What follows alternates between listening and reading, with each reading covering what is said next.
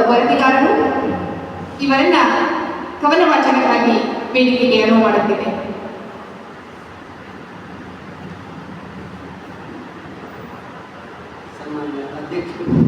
ಸನ್ಮಾನ್ಯ ಅಧ್ಯಕ್ಷರೇ, ಹಾಗೆ ವೇದಿಕೆಯಲ್ಲಿರುವಂಥ ಗಣ್ಯರೇ, ಆತ್ಮೀಯ ಮಿತ್ರರೇ, ಒಂದು ಎರಡು ಚುಟುಕುಗಳನ್ನು ಓದ್ತೇನೆ. ಕವಿತೆ ಹುಟ್ಟುವುದು ಕವಿ ಹೃದಯ ಮಿಡಿದಾಗ. ಕವಿತೆ ಹುಟ್ಟುವುದು ಕವಿ ಹೃದಯ ಮಿಡಿದಾಗ. ಬದುಕು ನೀರಸವು ಭಾವನೆಗಳು ಸತ್ತಾಗ.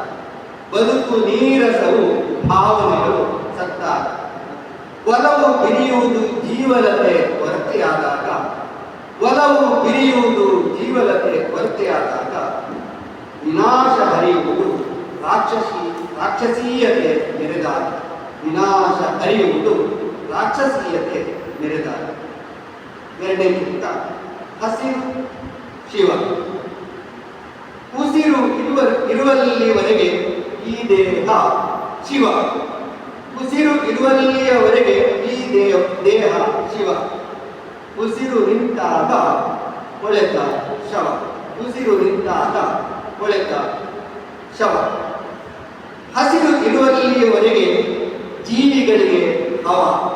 ಹಸಿರು ಇರುವಲ್ಲಿಯವರೆಗೆ ಜೀವಿಗಳಿಗೆ ಹವ. ಹಸಿರು ಅಳಿದಾಗ ಜೀವಿಗಳಿಗೆಲ್ಲ ಜೀವ. ಹಸಿರು ಅಳಿದಾಗ ಜೀವಿಗಳಿಗೆಲ್ಲ ಜೀವ. ಒಂದು ಸಣ್ಣ ಕವಿತೆಯನ್ನು ಈ ಸಂದರ್ಭದಲ್ಲಿ ಓದ್ತೇನೆ. ಅದು ಕವಿತೆಯ ಶೀರ್ಷಿಕೆ ಕವಿ ಘಳಿಗೆ. ಕವಿಗಳಿಗೆ ಕವಿ ಘಳಿಗೆ. ಅಗಲವಾಗಿ ತೆರೆದಿರಲಿ ಕರ್ಣಗಳೆರಡು ವಿಚಿತ್ರ ಧ್ವನಿಗಳಿಗೆ. ಸೂಕ್ಷ್ಮಾತಿ ಸೂಕ್ಷ್ಮ ದೃಷ್ಟಿ ಮಿನುಗುತ್ತಿರಲಿ ನಯನಗಳಲ್ಲಿ ವೈವಿಧ್ಯ ಪ್ರಕೃತಿಯೆಡೆಗೆ.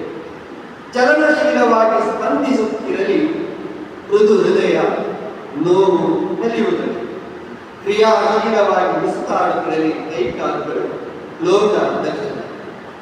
ಅಂಟಿಕೊಂಡರೂ ಪರವಾಗಿಲ್ಲ ಬೆನ್ನಿಗೆ ಹೊಟ್ಟೆ.